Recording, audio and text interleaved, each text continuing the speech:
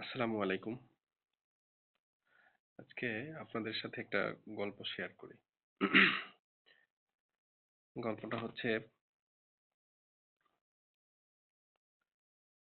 একটা সময়ে প্রাইমারিতে পড়া একসাথে কিছু ক্লাসমেট যারা একসাথে পড়াশোনা করছে। তো অনেক বছর পরে, প্রায় ৩০-৩৫ বছর পরে এর ভিতরে অনেকে অনেক বড় ব্যবসা প্রতিষ্ঠানের মালিক হয়ে গেছে, কেউ বড় চাকরি করতেছে, কেউ অনেক অনেক বেশি পয়সার মালিক হয়ে গেছে, অনেক ভালো পজিশনে আছে। আবার এর ভিতরে অনেক আছে যারা কিছুই করতে পারে নাই, ব্যবসায় লস খেয়ে, চাকরি হারিয়ে, খুব খারাপ বা দুর্দশায় জীবন অতিবাহিত করছে। তো এর ভিতরে একজন, উনি হচ্ছে ব্যাচের ভিতরে, উনি সবসময়ই ভালো ছিল। হ্যাঁ, ওনার একটা ইয়া আছে, ব্যবসা আছে। ওই প্রতিষ্ঠানে উনি হচ্ছে মালিক, এবং এই ওনার যারা ব্যাচমেট আছে সবার থেকে উনি ভালো আছে আর কি। হুম, উন্নতির শিখরে আছে যেটাকে আমরা বুঝি। তো ওনার একটা জন্মদিন আসছে, সেটা হচ্ছে ওনার ৪৫তম জন্মদিন। তো উনি চিন্তা করলো যে প্রতি বছর আমার জন্মদিনটা যেভাবে সেলিব্রেট করি, এই বছর আমার জন্মদিনটা এভাবে আমি সেলিব্রেট করব না, ইউনিক ভাবে একটু সেলিব্রেট করব। তো সেটা কিভাবে?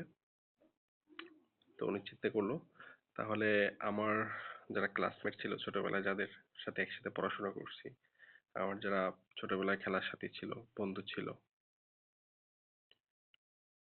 তো তাদেরকে নিয়ে একসাথে একটু বসি এবং আড্ডা দেই।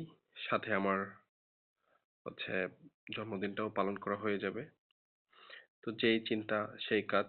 তো উনি একটা জন্মদিনের পার্টির আয়োজন করলো, এবং শুধুমাত্র কোনো আত্মীয় স্বজন ছাড়াই উনি ওনার সেই ছোটবেলার ফ্রেন্ডদের ইনভাইট করলো। এর ভিতরে একটা ফ্রেন্ড আছে অনেক অসহায়, অনেক গরিব।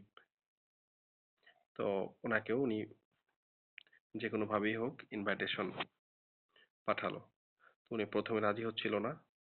তো পরে উনি নিজে বুঝায় শোনায় যেভাবে হোক উনি ওনাকে রাজি করাইয়েছে যে তুমি বন্ধু আসবাই। তো যাই হোক, ওই বন্ধু অনেক গরিব মানুষ, সে কি কি করবে ভাবতেছে যে এত বড় অনুষ্ঠান, এত বড় পার্টি, সেখানে আমার মতো এত গরিব একজন মানুষ কিভাবে যাবে। তো যাই হোক, ওনার বাসায় তো ওরকম দামি কোনো পোশাক নাই। তো যেগুলো আছে তার ভিতরে সব থেকে বেস্ট যেটা, সেই পোশাকটা উনি পরিধান করে উনি চলে আসছে পার্টিতে।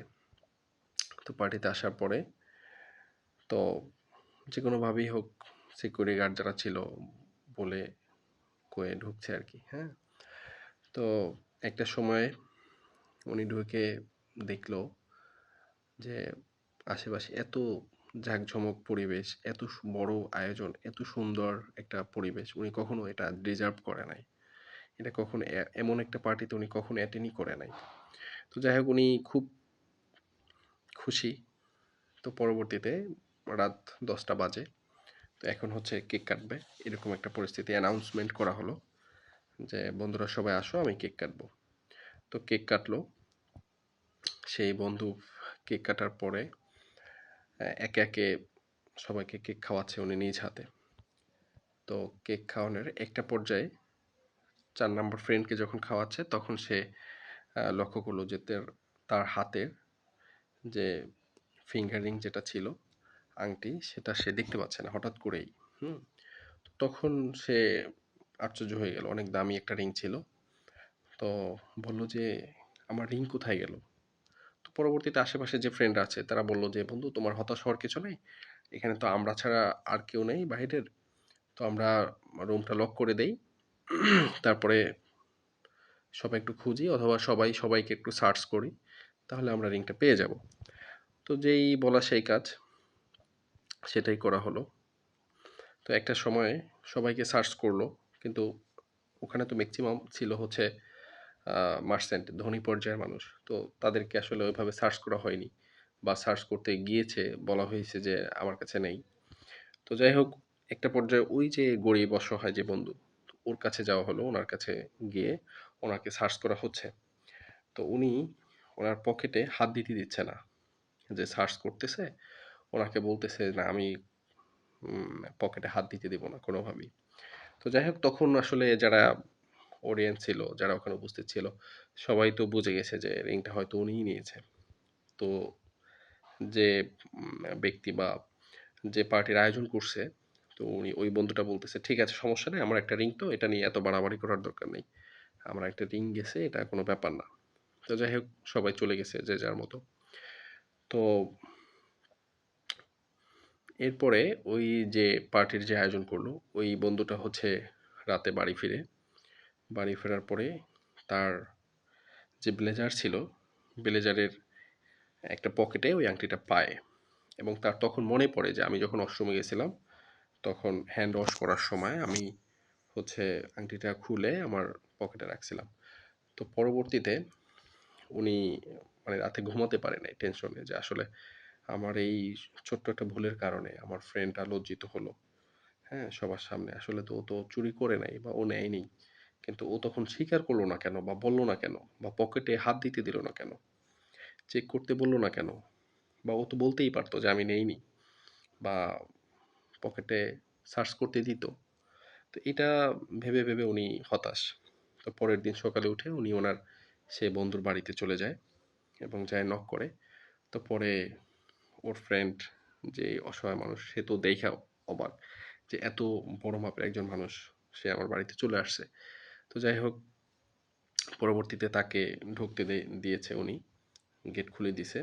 তো দরজা খুলে দেখতে পাচ্ছে যে ওনার সেই অসহায় বন্ধুর একটা বাচ্চা, একটা ছেলে, ছোট 5 বছর বয়সী একটা ছেলে।